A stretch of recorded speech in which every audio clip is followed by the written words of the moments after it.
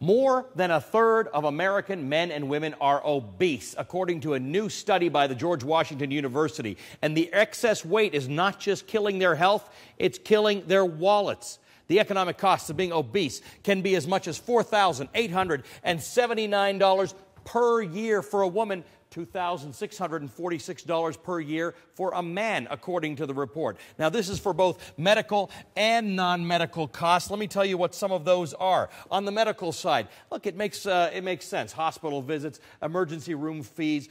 Obviously, if you're bigger, you got greater risks of health problems, doctor's visits, and prescription drugs. But a lot of the non-medical costs, and this is where it seems less intuitive, are in things like lost wages, lost productivity, when you're not working as hard as you could be or making as much money as you could be. And listen to this one. Interesting. Excess gas charges. I grew up in snowy Canada where in the winter, to keep your traction on, you put bags of salt in the back of your car. And everybody I grew up with told me they were getting worse mileage as a result of it. So the fact is that excess weight, as silly as it may sound, does actually cost you an excess gas. I don't know how much, though.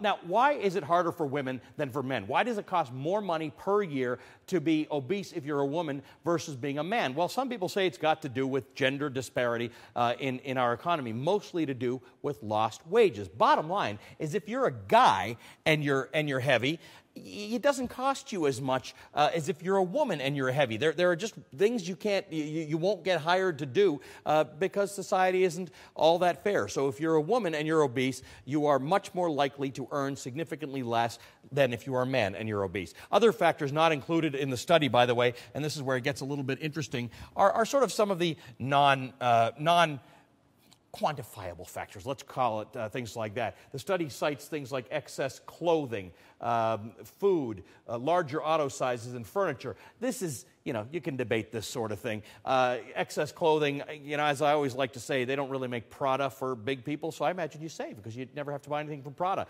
Food is an issue. Often when you weigh more, you're eating more, so you might actually be taking in more calories, and we know that costs money, although we live in a society where high-calorie foods tend to be less expensive than quality, low-calorie foods. Larger auto sizes, look, I don't know if there's a correlation between the fact that big people drive big cars. This is America. Everybody likes driving big cars. And furniture, that's debatable too. So these might be other factors, but ultimately it's your health and it's your wages. Those are the big issues. So there is some good news in weight loss, even in small amounts. Well, it can benefit your waistline and it can benefit your bank account. What you can't put a price on, of course, is the sheer joy of eating. So there's a lot of food for thought in this one. I'm Ali Velshi.